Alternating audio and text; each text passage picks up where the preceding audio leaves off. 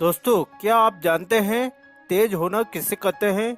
दोस्तों, यह बात मैं दावे के साथ कह सकता हूँ कि आप में से अधिकतर लोग तेज होने का ठीक से मतलब भी नहीं जानते हैं। अच्छा, आप बताओ तेज होने का मतलब क्या होता है? तो आप यह कहेंगे कि वह बंदा पढ़ाई में तेज है या फिर बात करने में तेज है, जबकि तेज होना ही सबसे अलग है। अतः इस वीडियो को मैंने बहुत रिसर्च करके बनाया है, तो मुझे आपसे कोई लाइक या कमेंट नहीं चाहिए, बल्कि आप सिर्फ इसको ध्यान से देखो और समझो। और मैं आपको गारंटी देता हूँ कि इसको पूरा देखने के बाद आपके दिमाग में एक भी ऐसा डाउट नहीं बचेगा कि यार मैं अपने आप को तेज कैसे बनाऊं। क्योंकि हो सकता है आप में से कुछ लोगों को वीडियो को देखने के बाद ऐसा लगे कि यार इसमें तो मैं पहले से ही तेज हूँ। दोस्तों, तेज बनने के लिए आपको सबसे पहले यह समझना पड़ेगा कि तेज दिमाग का मीनिंग क्या होता है। तेज दिमाग का मीनिंग है अधिक इंटेलिजेंट होना। एवं इंटेलिजेंट का मतलब क्या होता है? इंटेलिजेंट दो चीजों से मिलकर बनता है।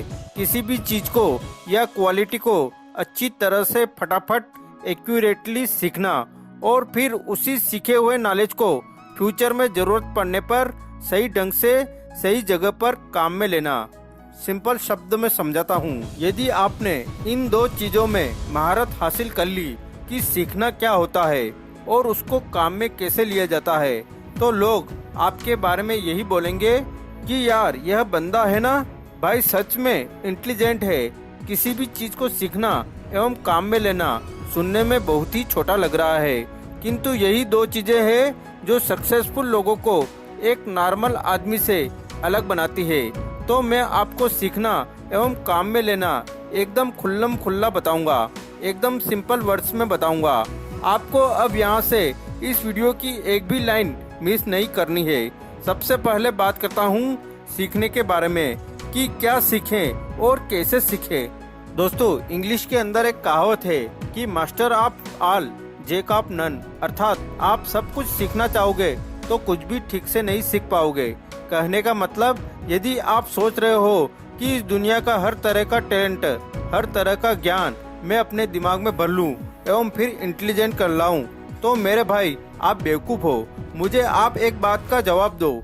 आपने अपनी जिंदगी में जितने भी बड़े लोगों का नाम सुना है, उन बड़े लोगों में से कितने ऐसे लोग हैं जिन्होंने एक से अधिक फील्ड में अपना नाम कमाया है? आपको शायद ही ऐसा कोई सक्सेसफुल व्यक्ति मिलेगा जिसने फुटबॉल में वर्ल्ड कप जीता हो, उसी बंदे ने म्यूजिक के अंदर भी ऑस्कर अवार्ड जीता हो, और फिर उसी बंदे ने कोई साइंटिफिक आविष्कार किया हो।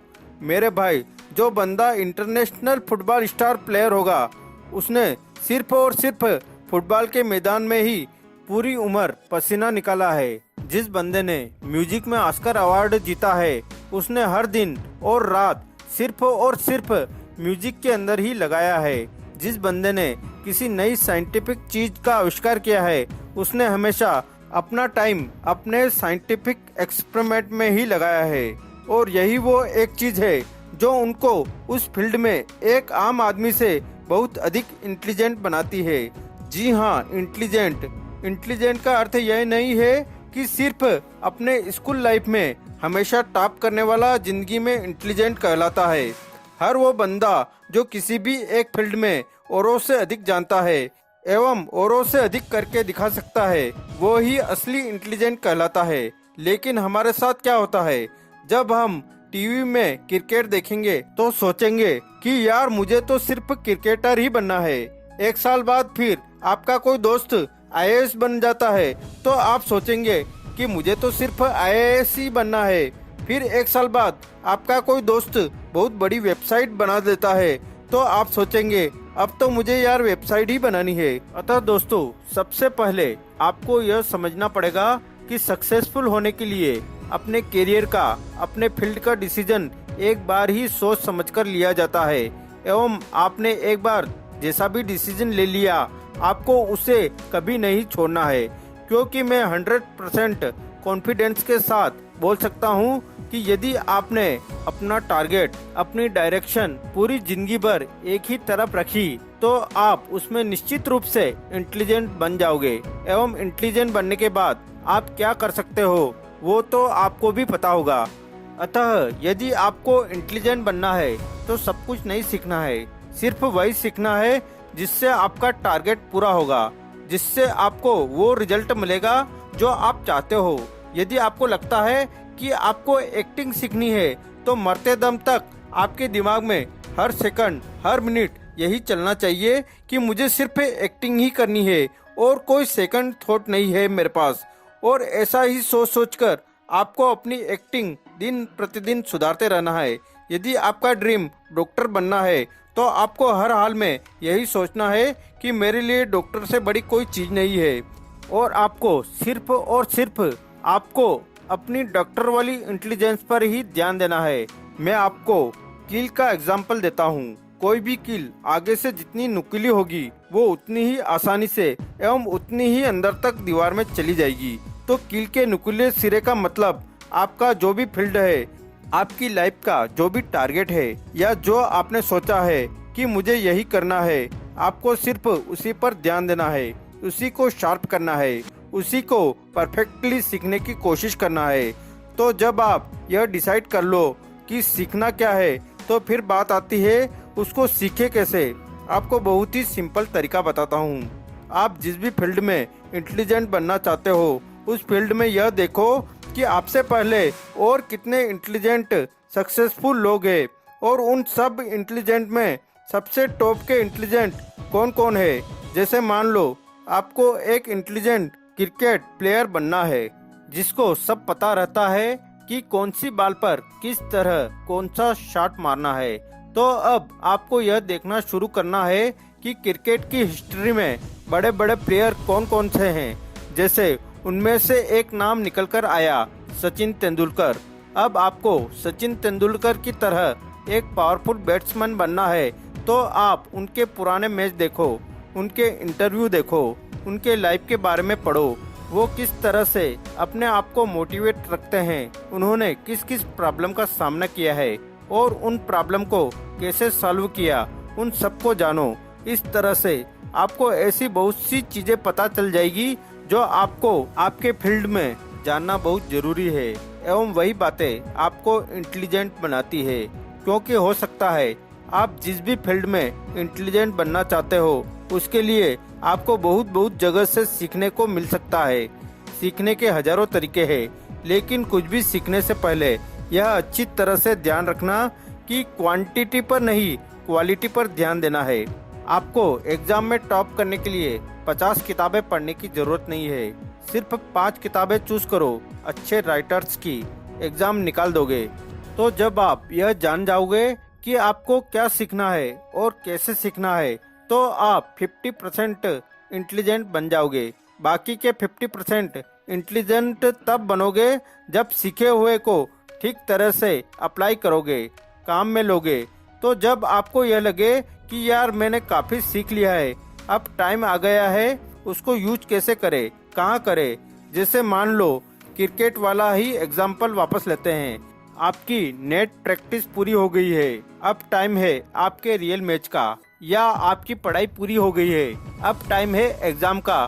तो अब आपकी मेहनत को काम में कैसे ले। आपको सबसे पहले अपने आप को वर्तमान में रखना है।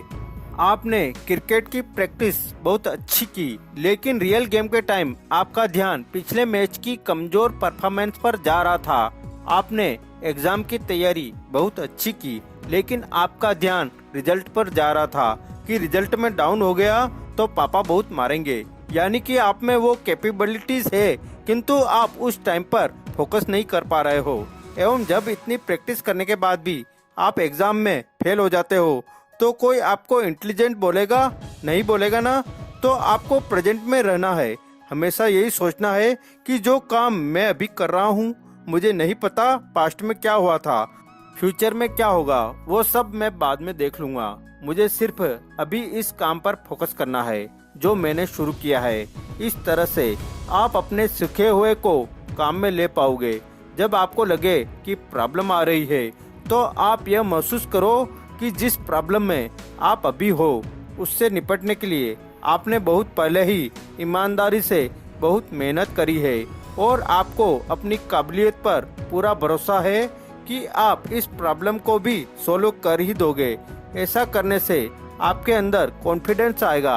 मैं यह नहीं कहता कि कॉन्फिडेंस आने के बाद भी आप उस प्रॉब्लम को सोल्व कर लोगे, किंतु इतना जरूर कहता हूँ कि उस वक्त की असफलता आपको आने वाले टाइम के लिए जरूर तैयार करके जाएगी एवं इस तरह से आप अपने नॉलेज को बेटर तरीके से यूज कर सकते हो। प्रॉब्लम के अगेंस्ट अपना रिस्पॉन्स टाइम घटाओ। किसी भी प्रॉब्लम को जितना शुरू में सोल्व कर दोगे ना, फ्यूचर के लिए उतना ही अच्छा होगा, क्योंकि जैसे जैसे टाइम ग्रो करता है प्रॉब्लम की साइज भी बढ़ती रहती है। जब भी आप अपने नॉलेज को यूज करते समय अटक जाओ तो इसमें कोई बुराई नहीं है। आप फिर से अपने नॉलेज के, अपने प्रैक्टिस के मोड में वापस जाकर उसको सुधारो। दोस्तों, ध्यान रखना, सीखना एवं उसको काम में लेना, ये दोनों प्रोसेस हमेशा पैरेलल ही चलती है। ऐसा नहीं कि आप कुछ सीखने के बाद फिर कुछ नहीं सीखोगे। अतः जब भी आपको लगे कि यार मेरी ट्रेनिंग या मेरी प्रॉब्लम सॉल्विंग एबिलिटी में, मेरी ग्रोथ में कोई कमी रह गई है, तो आपको फिर से लर्निंग को और अधिक मजबूत बनाना है। दोस्तों, आपने कई बार सुना होगा कि पहले जब सर्कस में किसी नए शेर को लेना होता था तो शेर के बच्चे को लिया जाता था, क्योंकि यह माना जाता था यदि बड़े शेर को लेंगे तो उसे सिखा नहीं पाएंगे। किंतु इंटेलिजेंट बनने में ऐसा बिल्कुल नहीं है। आप लड़का हो चाहे लड़की हो, आप चाहे 20 के हो या चाहे 60 के हो, आप हमेशा अपने आप को अधिक से अधिक इंटेलिजेंट बना सकते हो। और यदि आपको मेरी बातें सुनकर ऐसा लगे कि आप में भी कोई खूबी है, आप भी ऐसा कुछ जानते हो जो हर कोई नहीं जानता है, तो मेरा यकीन मानो आप भी एक तरह के इंटेलिजेंट हो। उस इंटेलिजेंसी को और बढ़ाओ। एवं यदि आपने अभी तक अपने अंदर ऐसी खूबी नहीं ढूंढी है तो एक चीज फिक्स करो, उसको सीखो एवं सही ढंग से काम में लो।